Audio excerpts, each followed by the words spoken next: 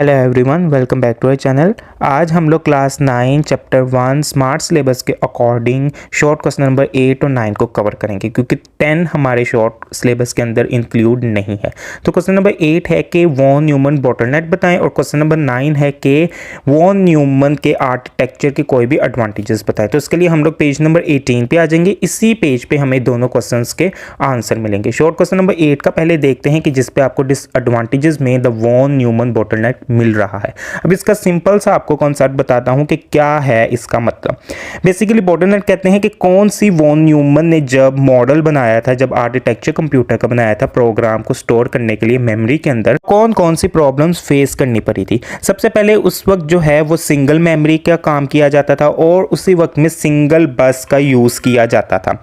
तो दोनों जब सीपीयू से मेमोरी के अंदर डाटा ट्रांसफर किया जाता था तो एक वक्त में या तो डाटा भेजा जाता था मेमोरी से सीपीयू के पास या फिर उसकी इंस्ट्रक्शन या उसका एड्रेस भेजा जाता था। क्योंकि उस वक्त हमारे पास सिंगल बस वर्क करती थी। हमने अपने पिछले लेक्चर्स में पढ़ा था कि हमारे पास 3 तरह की बसेस होती हैं। एक होती है एड्रेस, डाटा बस और हमारे पास सिस्टम बस होती है।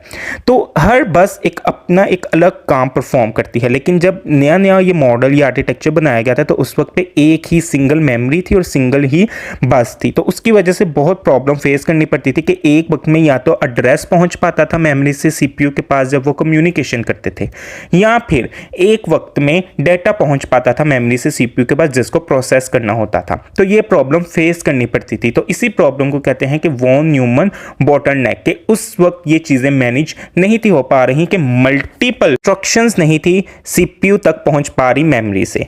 तो यही एक कॉन्सेप्ट था हमारे पास वॉन न्यूमन बोटलनेक। अब हम लोग शॉर्ट क्वेश्चन नंबर 9 देखते हैं जिसमें एडवांटेजेस वॉन न्यूमन आर्किटेक्चर के पूछे गए हैं। तो इसमें अगर दोनों नाम भी लिख लें तब भी क्लियर होगा। सिंप्लीफाइड डिजाइन की बहुत सिंपल डिजाइन था जो कि कंबाइन किया गया था इंस्ट्रक्शंस और डेटा को एक सिंगल मेमोरी के एरिया में। ठीक है कि किस तरह से इंस्ट्रक्शंस, डेटा और उसके एड्रेस के साथ मेमोरी में जाके स्टोर होगा। अब एड्रेस का बार बार जिक्र इसलिए आ रहा है कि ताकि जब स्पेसिफिक डेटा हमने गेट करना हो, फेच करना हो मेमोरी से तो उसके एड्रेस से ही किया जाता है, जो कि बहुत ही ज्यादा सिंपल वे होता है। सेकंड है हमारे पास फ्लेक्सिबिलिटी। फ्लेक्सिबिलिटी बेसिकली कहते हैं कि फिर इजीली हम अपने उस डेटा को बाद में कभी भी चेंज कर सकते हैं, चेंजेबल होता है। तो चेंज कैसे किया जाता है? फॉर एग्जांपल अब यहां पे मैंने लिखा है कि हेलो वर्ल्ड, ये मेरे पास एक फाइल है। अब मुझे इसी के अंदर चेंजिंग्स करनी है, तो चूंकि वो फाइल एक स्पेसिफिक नाम और एड्रेस के साथ स्टोर हुई होगी तो मैं इजीली जाकर उसको कॉल करूंगा, उस फाइल को ओपन करूंगा चूंकि वो मेरी मेमोरी में होगी तो स्टोर, और फिर मैं उसको मॉडिफाई कर सकता हूं। तो यही हमारे पास जो है वो कॉन्सेप्ट कहलाते हैं वॉन न्यूमन बोटलनेक और